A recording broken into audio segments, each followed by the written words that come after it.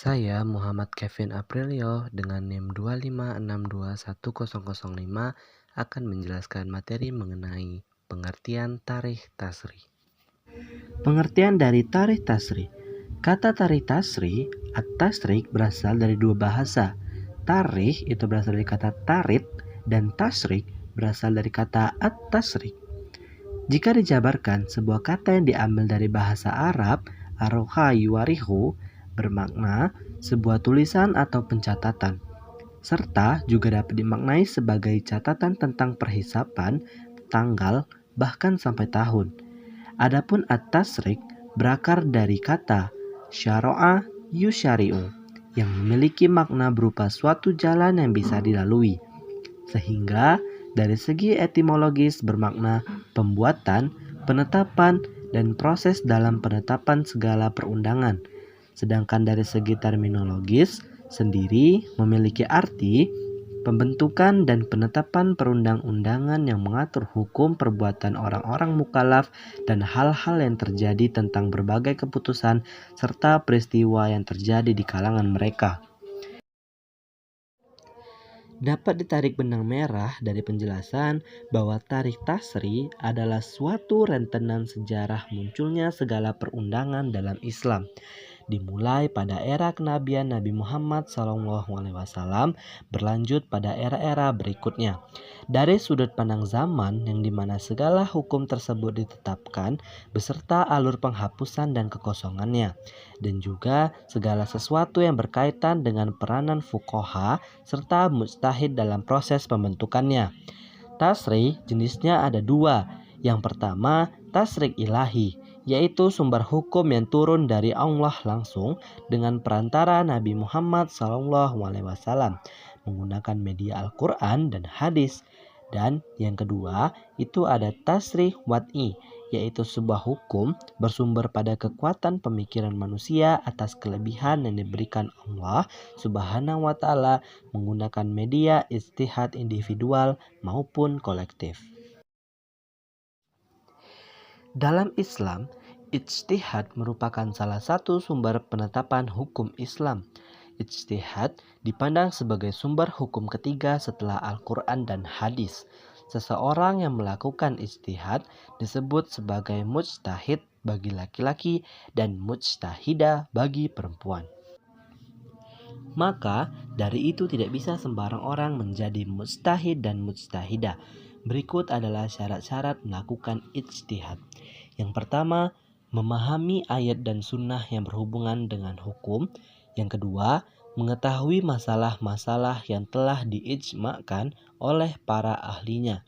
Yang ketiga, memahami nasikh dan mansukh. Yang keempat, memahami bahasa Arab dan ilmu-ilmunya dengan sempurna. Yang kelima, memahami ushul fiqh. Yang keenam, memahami dengan jelas rahasia-rahasia tasrik. Yang ketujuh, mengetahui kaidah-kaidah ushul fiqh. Yang kedelapan atau yang terakhir, mengetahui seluk-beluk qiyas.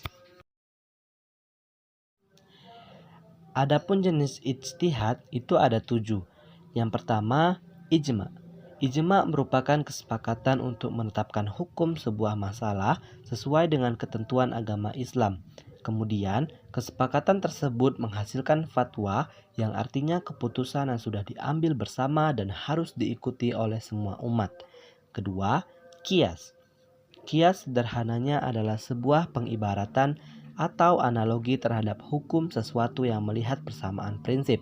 Misalnya, ketika sebuah perkara yang terjadi di masa kini pernah terjadi di masa sebelumnya dan memiliki kesamaan sebab, akibat, bahaya, dan aspek lainnya. Hasil keputusan kias disamakan dengan hasil ketetapan perkara sebelumnya. 3. Maslahah mursalah. Maslahah mursalah adalah cara menetapkan hukum Islam berdasarkan pada pertimbangan manfaat dan kegunaannya. Misalnya adalah penerapan hukum penjara dan adopsi sistem keuangan Romawi yang dilakukan oleh Khalifah Umar bin Khattab. Keempat, sudut zoriyah. Sudut zoriyah adalah sebuah keputusan hukum atas hal mubah, makruh, atau haram demi kepentingan umat Islam. Salah satu contohnya adalah menanam pohon anggur. Dalam Islam diperbolehkan untuk menanam pohon anggur, namun diharamkan hukumnya jika anggur tersebut diproduksi menjadi minuman keras. 5. Istishab. Istishab adalah suatu penetapan hukum atau aturan hingga ada alasan tepat untuk mengubah ketetapan tersebut. Misalnya, ketika seseorang melakukan wudhu untuk sholat subuh, maka wudhu tersebut masih diperhitungkan pada saat ia melakukan sholat duha. Keenam, urf. Urf adalah penetapan bolehnya suatu adat istiadat dan kebebasan suatu masyarakat selama tidak bertentangan dengan Al-Quran dan hadis. Misalnya, berdasarkan al-urf al-khos, yaitu urf yang berlaku pada suatu tempat. Contohnya adalah kegiatan halal bihalal yang hanya berlaku di Indonesia. 7. Istihsan. Istihsan adalah suatu tindakan meninggalkan satu hukum kepada hukum lainnya karena adanya dalil syara' yang mewajibkannya. Contohnya adalah dalam dunia kesehatan, yakni ketika dokter memeriksa pasien lawan jenis dan mengharuskan ia melihat auratnya. Menurut istihsan, dokter diperbolehkan melihat aurat lawan jenis demi kepentingan kesehatan pasien. Aliran-aliran pemikiran tasri. 1. Hukum Islam yang merupakan hukum yang sudah ada di dalam Al-Quran dan telah tertulis di Lauh Mahfuz. Semua hukum ini merujuk kepada wahyu Tuhan. Hukum ini adalah hukum yang mendahului, bukan didahului di negara Islam. Hukum ini mengontrol, bukan dikontrol. Dan hukum ini mengatur, bukan kita yang mengatur. Dan manusia harus bisa menyesuaikan kepada peraturan ini, bukan peraturan yang menyesuaikan kepada manusia. Kedua, hukum Islam yang merupakan hukum yang menyesuaikan dengan kehidupan manusia. Hukum yang muncul di tengah bangsa Arab yang telah mengenal agama, bahasa, dan budaya. Oleh karena itu, hukum yang bersangkutan dengan budaya bisa disesuaikan dengan konsep budaya pada masa itu. Karakteristik hukum Islam. Yang pertama, sempurna, yaitu hukum itu akan selalu relevan dengan situasi dan kondisi manusia, dimanapun dan kapanpun, baik itu sendiri atau berkelompok. Kedua, universal. Syariat Islam yang tidak memandang suku, ras, bangsa, dan bahasa bersifat universal dan menyeluruh tanpa ada batasan wilayah. Hukum Islam mempunyai sifat dinamis atau cocok untuk segala zaman. Yang ketiga, elastis, fleksibel, dinamis, serta tidak kaku. Hukum Islam itu universal dan relevan dengan kehidupan manusia pada saat itu. Syariat Islam hanya memberikan kaidah yang global dan umum. Keempat, menegakkan maslahat. Hukum Islam adalah hukum yang maslahat untuk menopang segala permasalahan yang terjadi. Syariat mengambil tindakan-tindakan untuk menopang landasan maslahah liha. 5. Bersifat ta'kuli dan ta'budi. Hukum Islam diciptakan dengan bertujuan untuk mendekatkan kepada Allah, sehingga hukum Islam memiliki dua warna, yaitu ta'kuli yang bersifat duniawi, sehingga masih bisa dipahami oleh akal manusia. Contoh hukum ta'kuli. Keharaman mengkonsumsi minuman keras dari anggur yang dengan cara kias hukumnya menjalar pada hukum mengkonsumsi setiap minuman yang memabukkan. Sedangkan ta'abudi yaitu untuk mendekatkan diri kepada Allah dan hukum ini tidak bisa difikirkan oleh manusia. Contoh ta'abudi dengan bilangan rakaat sholat 5 waktu, nishab dalam zakat serta ketentuan harta yang dikeluarkan, jumlah hukuman had dan kafarat, serta bagian dalam warisan.